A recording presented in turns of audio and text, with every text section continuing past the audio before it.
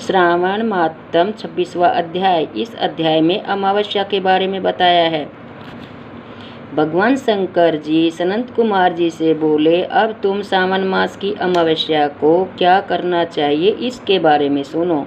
मैंने बहुत समय पहले महाबली पराक्रमी संसार विध्वंसक देवताओं को हराने वाले दुष्ट दैत्यों के साथ अपने वृषभ पर सवार होकर संग्राम किया था, परंतु महाबली और पराक्रमी वृषभ ने मेरा साथ युद्ध में कभी नहीं छोड़ा।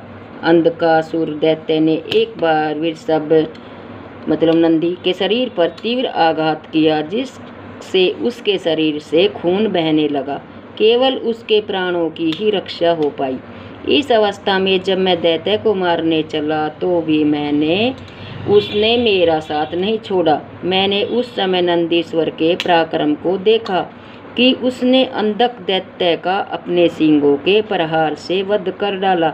मैं नंदी के इस कार्य से बहुत प्रसन्न हुआ और मैंने उससे वर मांगने को कहा। तुम जो वर मांगोगे उसे मैं अवश्य पूरा करूंगा।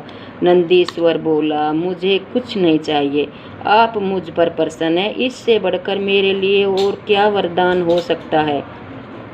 फिर भी संसार की भलाई के लिए आपसे प्रार्थना करता हूँ। आज सावन मास की अमावस्या है।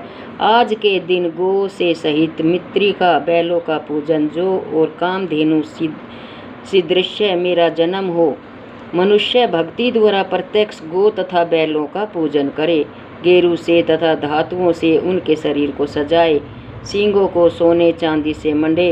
दोनों सींगों में रेशमी गुच्छे बांधकर चित्र विचित्र नाना रंगों से मिश्रित कपड़े को पीठ पर ढककर गले में सुमधुर आवाज करने वाली घंटियां बांधे। दिन में गांव के बाहर ले जाकर शाम को घर वापस ले आए। खाली बिनोड़े उन्हें खाने को दे।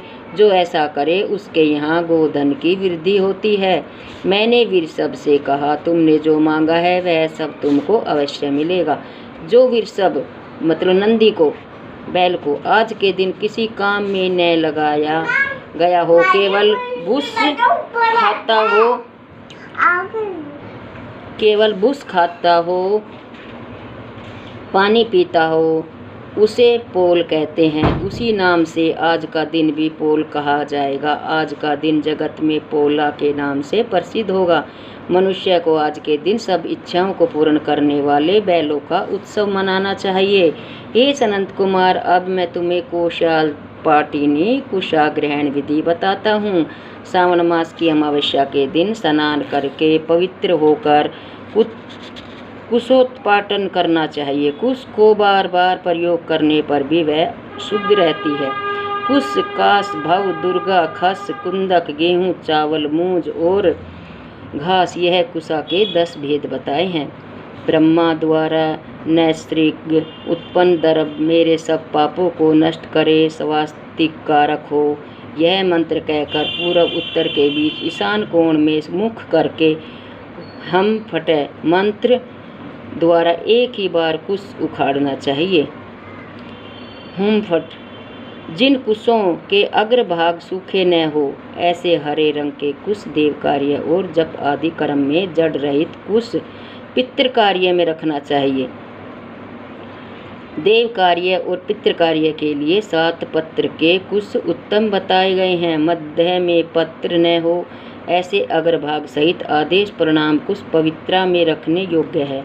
ब्राह्मण के लिए 4 कुश का पवित्रा, क्षत्रिय के लिए 3 कुश का पवित्रा, वैश्य के लिए 2 कुश का पवित्रा और शूद्र के लिए 1 कुश का पवित्रा देना चाहिए। उत्पन्नार्थ के लिए वर्णों के लिए 2 पवित्रा होते हैं। 50 का ब्रह्म तथा 25 का विष्टर होता है। पवित्रा को आचमन करते हुए हाथ से न निकाले। विकट अग्नि कारण तथा पाद समाप्ति पर पवित्रा को त्याग देना चाहिए। दर्भ तुल्य पुण्यदाता अन्य कोई पवित्रा पापनाशक नहीं है।